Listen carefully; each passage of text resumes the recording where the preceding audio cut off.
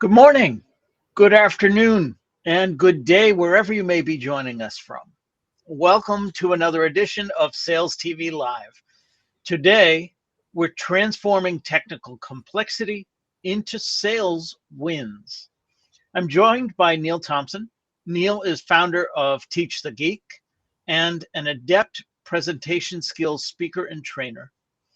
An engineer turned presentation guru, Neil will share his insights on mastering technical presentations, especially for presenting to a non-technical audience. I'm also joined today by my partner in crime, Adam Gray. Neil, thank you for joining us and welcome. Thanks for having me. Absolutely. Neil, please tell us a little bit about yourself, your journey, and where you are today. Sure. I became an engineer because my father thought I should. After I graduated high school, I didn't really know what I wanted to do. And he said, do engineering. And I said, all right, engineering it is. So I got a degree in engineering. And then he said, go do a master's in engineering. And I said, all right, master's it is. Then he said, go do a PhD in engineering. And I said, all right. I got through maybe the first year, and then I decided, well, maybe not so all right. It turns out I didn't really want to go through an entire PhD program, so I dropped out after that first year. And then it took me about 7 months to find my first job, and I was working as a research associate at a startup company. And it was cool. I liked it. I did a lot of work in the lab, and I didn't have to do any presentations in front of anybody. Anything that I generated from the lab, it was my boss who would do the presenting in front of anyone. And I didn't mind that arrangement. It wasn't until my second job where I was working at a spine company that I actually had to give presentations in front of people. And that wasn't even the case at first. At first, I was doing work that was very similar to that first job, but it was then I was brought into my boss's office and he said that I was going to be a project lead. Well, what's a project lead? Well, the company at the time didn't have project managers, so that responsibility was given to the product development engineers like I was. And one of those responsibilities was giving presentations in front of senior management on a monthly basis. And those first few presentations that I gave were absolutely horrendous. I did not know it was possible to sweat that profusely from one's body while speaking in front of people, or just by existing. But it stayed that way for quite some time until I realized that maybe this is something I need to get better at. Actually, the reason I decided to get better at giving presentations was because my project got canceled. Once that happened, that was a real wake-up call that I needed. And up until that point, the presentations weren't all that great. And I think the main reason was I was getting questions after the presentation that I thought I'd answer during it, but turns out I didn't. So what I ended up doing, from getting that wake-up call to know that giving presentations is something I need to get better at, as I joined Toastmasters. It's an international organization with chapters all over the world. And it offers a great forum to practice your public speaking skills. And I also looked for various opportunities within the company just to speak in front of people to up my skills. So I got a lot better at presenting in front of people, especially non-technical people. And so now with Teach the Geek, I help people like myself, people that are engineers, scientists, those in the technical fields who see the need to get better at presenting in front of others, and I help them with that. Excellent. So I want to jump right into it.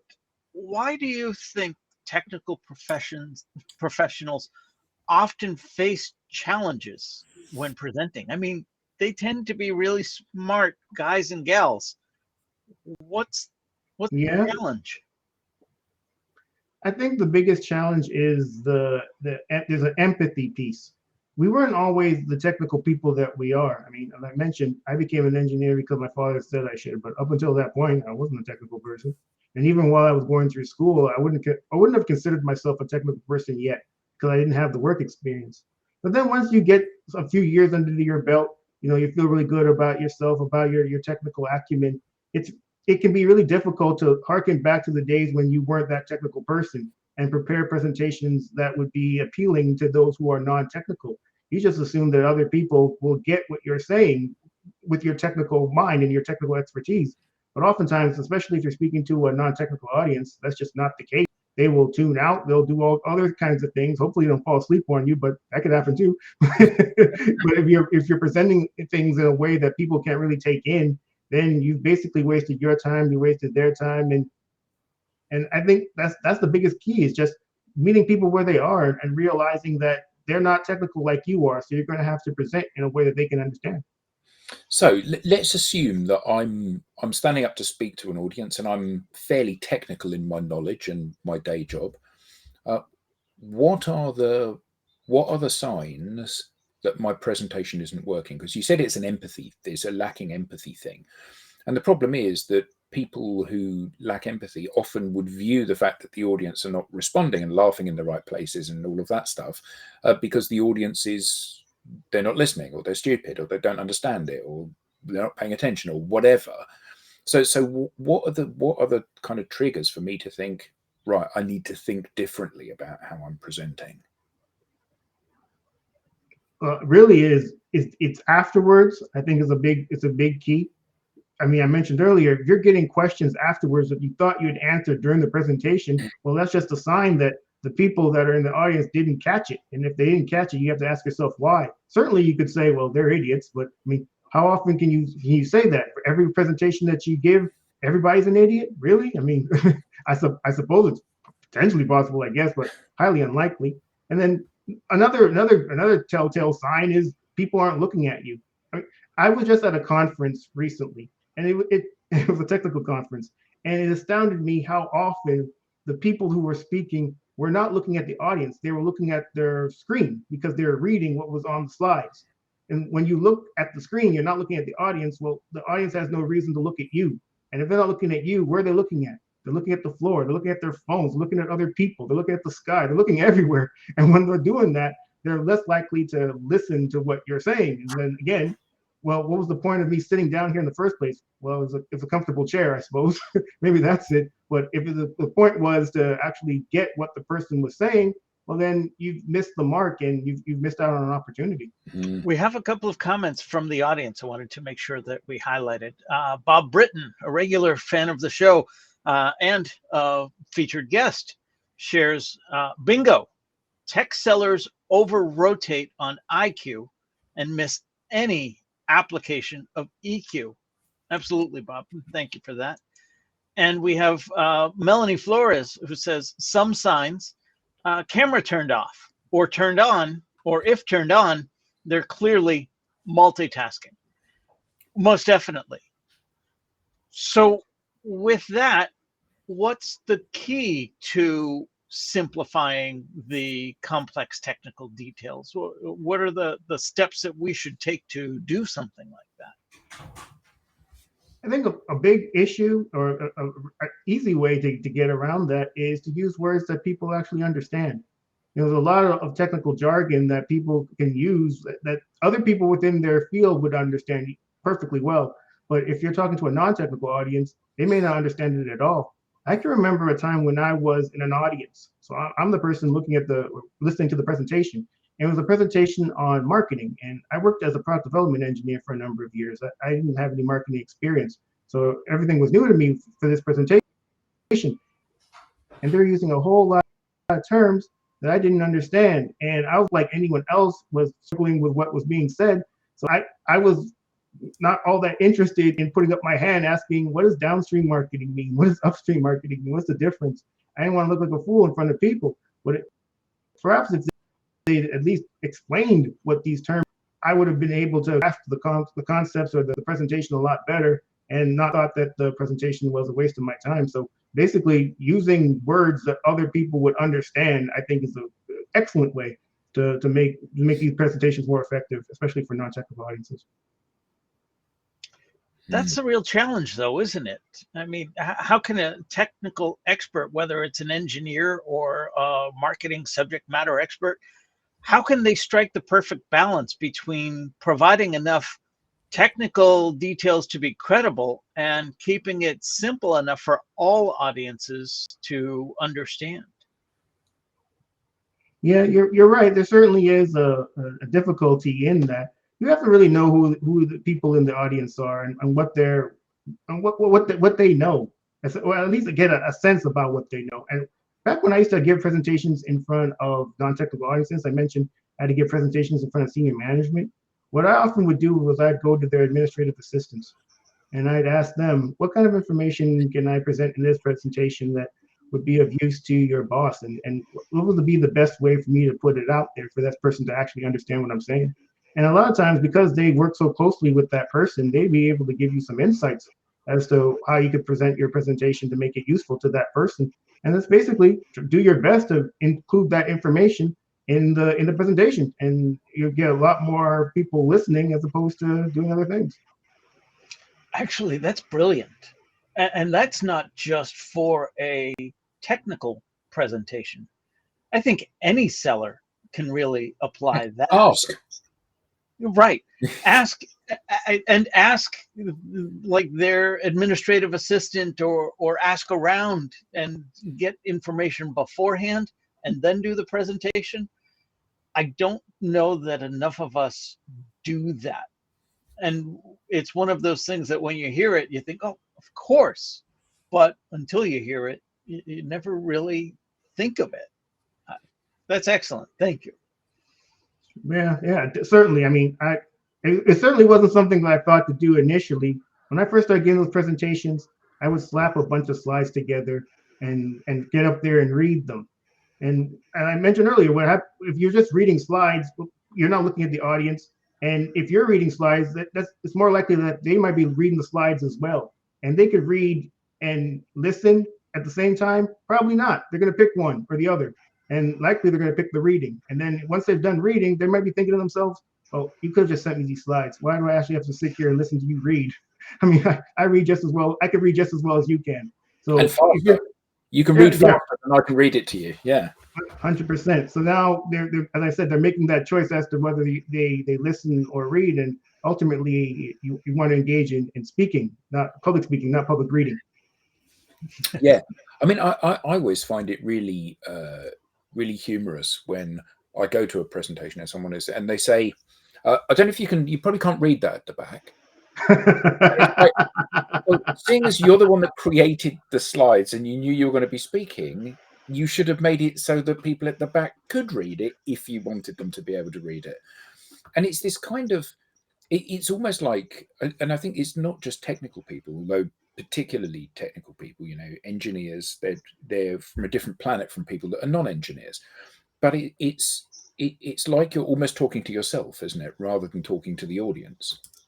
Oh, 100%, Adam. And, you know, I mentioned that I went to a conference not too long ago, and that absolutely was the case in many of the presentations.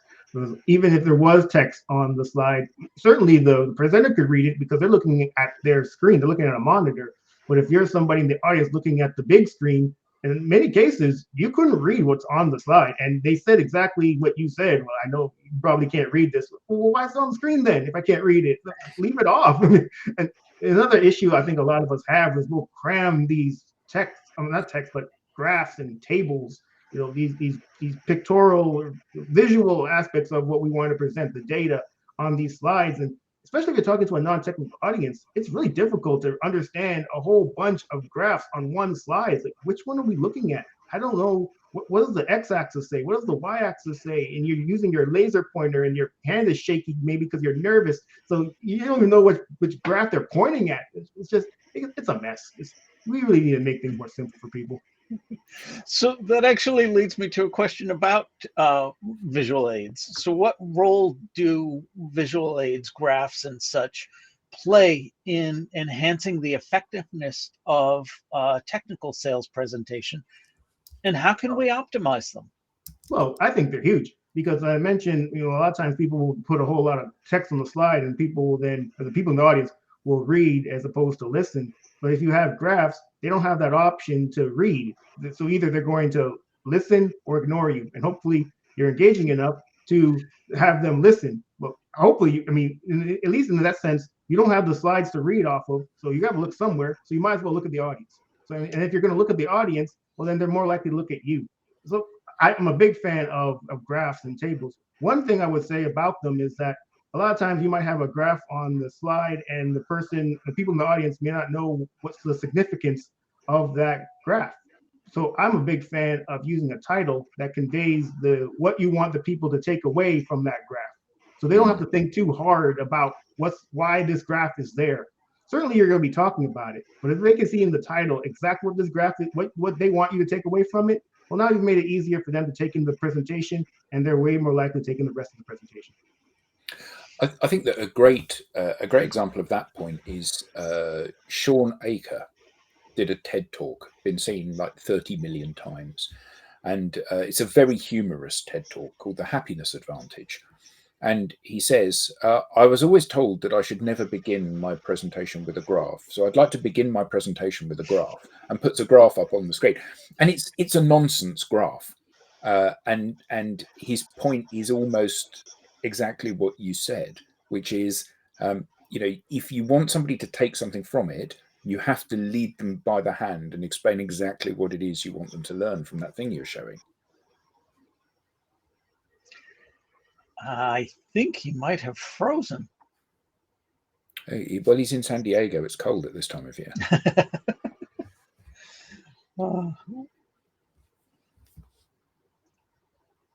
What else came of that TED Talk?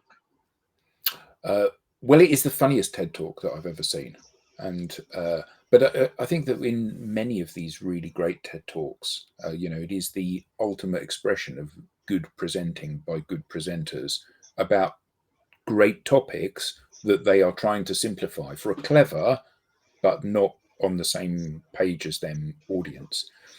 And I think that that's there's something to be learned in terms of brushing up your presentation skills from watching all of those people present, isn't there? Oh, most definitely. I was just talking with somebody this morning about presentations. He's preparing to pitch his first presentation. And he was talking with me about being nervous. And I said, you absolutely should be nervous when you're going on stage. Oh, Neil is back. Excellent. I'm sorry about that, guys. I had an issue with my laptop. Yeah, no sweat. No sweat. Welcome back. Thank you. So you were telling us about visual aids and things to do, and the title at the top, and Adam was sharing a story regarding a TED Talk about visual aids. My question follow-up is, any things not to do when it comes to visual aids and slides? That's interesting, because maybe a few months ago, I attended a webinar, and the person who was talking in the webinar showed a video of them giving a presentation, and had a lot of holograms in it. So it was very impressive to see these holograms. But then after the end of the presentation of the video being shown, I thought to myself, what was that presentation about? And I couldn't remember. All I remembered was the holograms and how impressive they were. So, I mean, certainly it was impressive to see these holograms, but if it gets into the way of what your actual message is, I'd say to leave it out, because ultimately you want to convey a message, not how cool these holograms are.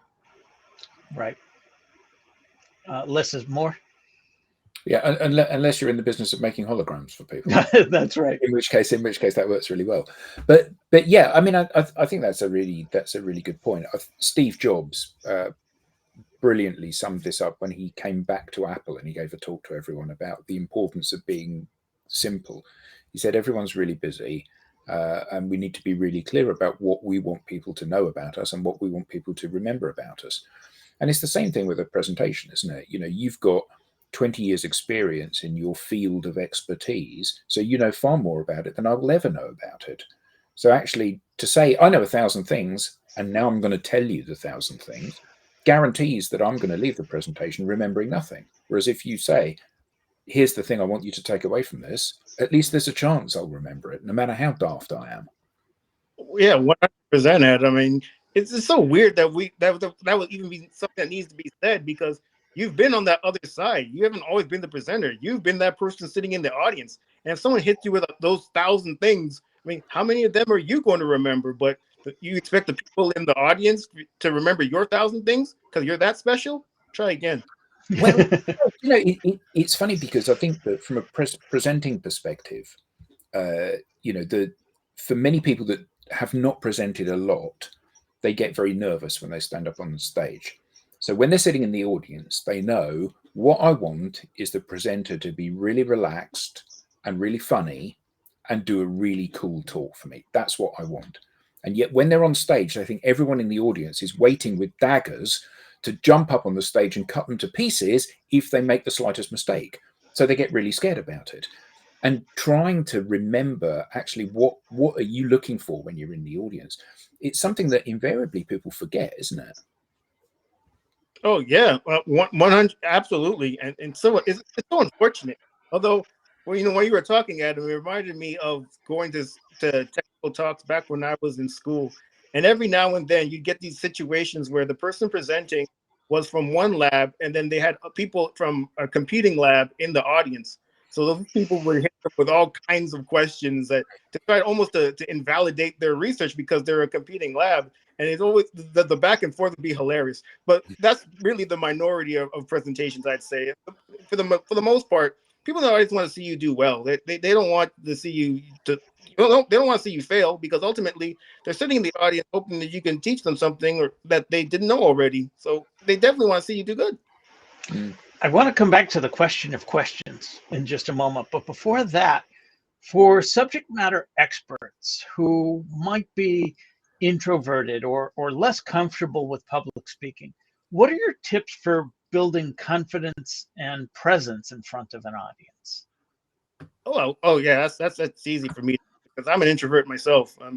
But although I will say that getting up in front of people and talking about something that I know about, that's not that difficult to do. Certainly, I get nervous beforehand, but even if you're nervous, that's actually normal, and you should be suspicious if you're not nervous. Actually, all it is a sign that you actually care about the outcome and that you want to do a good job. But ultimately, when it comes to just getting the confidence to give these types of presentations, don't try to talk about things you don't know all that much about. I mean, there's certainly instances where perhaps you're in a situation where that's necessary to do.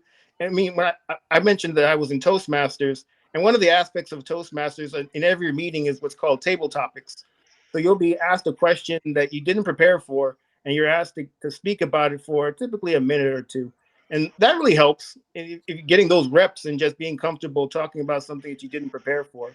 But ultimately, if you're giving presentations, especially in companies and especially in front of non-technical audiences, do your best to speak about things you actually know about. And to add to that, put what you're saying in such a way that the people that are in the audience can understand, and they'll be way more likely to listen.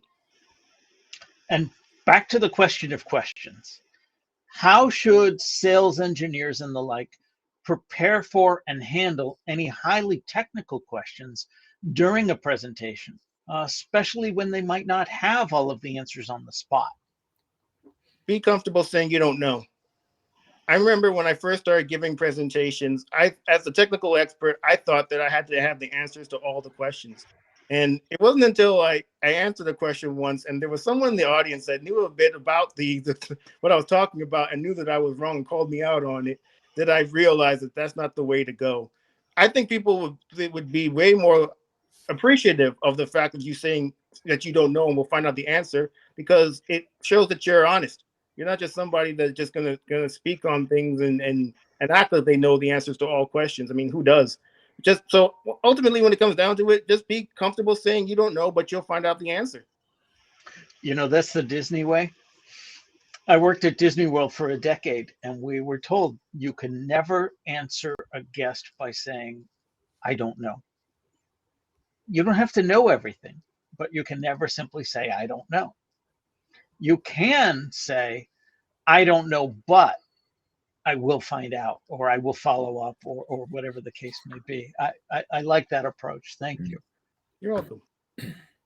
Any last thoughts about transforming technical complexity?